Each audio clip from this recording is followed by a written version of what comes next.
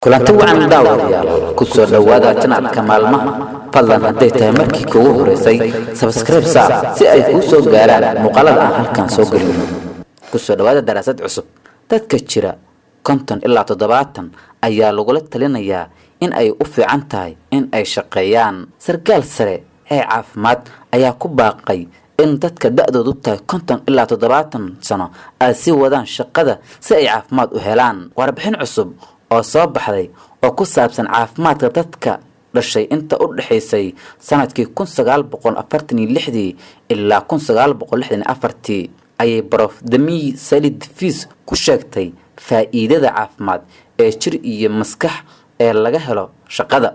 Waxay sheegtay in ay caawiso dadka in ay dareemaan in ay wax ku guuleystaan oo aysan cidloon ama aysan kaligood noqon. 33% dadka Britishka ah ee shaqeeya ayaa ka weynaan doona 50 sano sanadkan 2020 oo haatan aan ku guda jirno.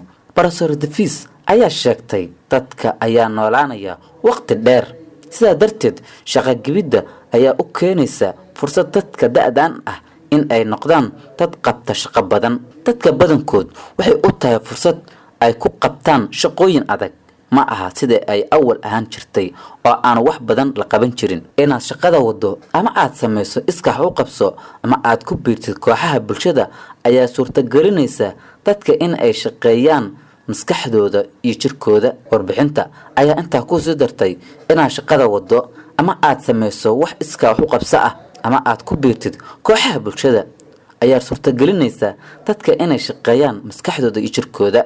faa'iidada laga helayo waa in aan la yareysan ayaa warbixinta daraasadda lagu sheegay. Maxay yihiin dadka jira 50 ilaa 70 sano?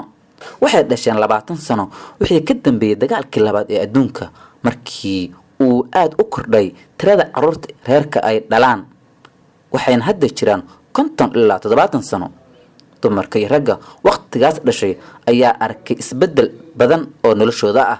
waxay koran iyagoo aan haysan computer ama xitaa TV, laakiin waxay haystaan internet, mobile iyo baraha bulshada. waqtigan noloshooda inay caafimaadkooda dhowraan, inay shaqeeyaan iyo inay bulshada kamid ahaadaan ayaa muhiim ah si ay xilligan da'dooda ay u caafimaad qabaan. si kastaba daraasadan ayaa ku soo gabagabeeyay qoraalkii ay sameysay in caafimaad ahaan ay qofka u wanaagsan tahay in uu shaqeeyo, taas oo macnaheedu tahay in aad shaqeeyo mar walba in caafimaad ahaan, maskax ahaan iyo jir ahaanba aad wanaagsanaan doonto marka loo fiiriyo dadka aan shaqeysan ee hawsha gabe ee aan shaqeyn. waxaana ka dhigan tahay in qofka shaqeeya iyo qofka aan shaqeyn aysan isku caafimaad noqon doonin xitaa haddii da'doodu ay weynaato.